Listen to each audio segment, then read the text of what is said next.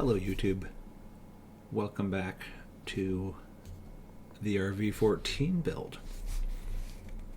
Today we're getting really close to finishing up the elevators, and this is the first experience with tank sealant, the wonderful, super sticky, two-part rubbery epoxy stuff.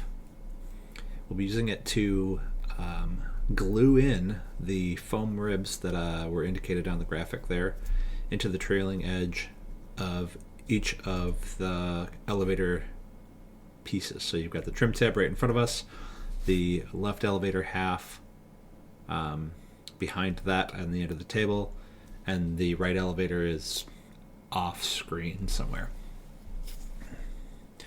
Mixing it up, I grabbed a piece of scrap aluminum to sort of use as a place for it to sit, so that way it didn't get all over. That worked out really well. I saw Scott McDaniels do that in his How to Seal a Tank video, and so I was like, yep, it's going to be a popsicle stick and a piece of aluminum for this stuff to sit on, and you can see that I've got it there. It just oozes all the time. Also, I'm dumb and forgot to relieve the pressure on the gun, but I was like, well, this is nice. It's got this little dispenser thing going on here. So, yeah, it's what I'm doing here is I decided that I would lay everything out and plan. Basically, I had pre-planned every single one of these steps. It's almost like an instrument approach to me. I was like, I'm going to do this, then I'm going to do this, then I'm going to do this, then I'm going to do this. And because I had pre-planned exactly what I wanted to do, it made the process really smooth. And I'm also sort of pre-fitting it there just to be sure that the surfaces are making proper contact with the skin. You don't have to use very much. They recommend like less than a 32nd of an inch, and some of it does get into the foam. But yeah, here I slowed it down a bit so you can see just like I'm actually pushing pretty hard to get that stuff to spread. It's not very fluid. And this is only like probably about 15 to 20 minutes after the initial mix. And you can also see it stringing there. It's goopy and stringy and gets on everything. I did a lot of reading before this first experience, keep multiple sets of gloves around, throw anything away that it touches that you don't want it to stick to permanently or make a mess of. When I moved the camera from the previous angle to this angle, I got just a tiny little dab on the GoPro tripod, and it is still on there. So, yeah. So after I mapped out what I was going to do, I was like, all right, here we go. Let's Coleco it together and continue on.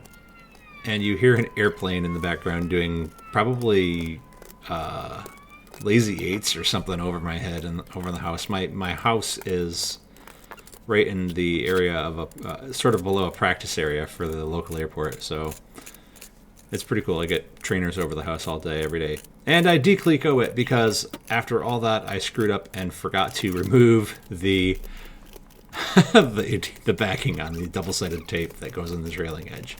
But that's okay. It worked out. The trim tab came out with a tiny bit of a twist. I'm not sure if I'm going to be rebuilding it or not. That is yet to be decided. It's within tolerance. I think what I'll do is I will build on for now and come back to it when I'm further along in the project and make a decision on whether other things whether my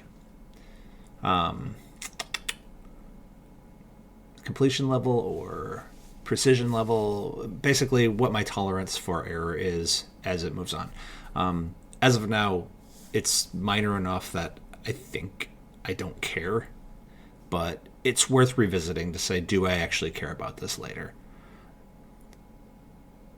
Vans says build on, that's fine. I'm okay with that. I will build on. But will I put too high of a standard on it and, rebuild it later? Maybe. We'll see.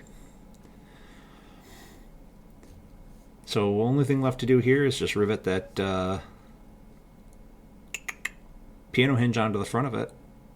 And then we let the tank sealant cure for, I think, something like 5 days. I had to go out of town for business. So that worked out super well. Everything got put on hold while these sat on the desk down in the basement and laid flat for several days. Next video, I think, is rolling the leading edges, and then these will be complete. Oh, probably riveting the trailing edges too, but well, both of those. Anyway, thanks for coming. See you next time.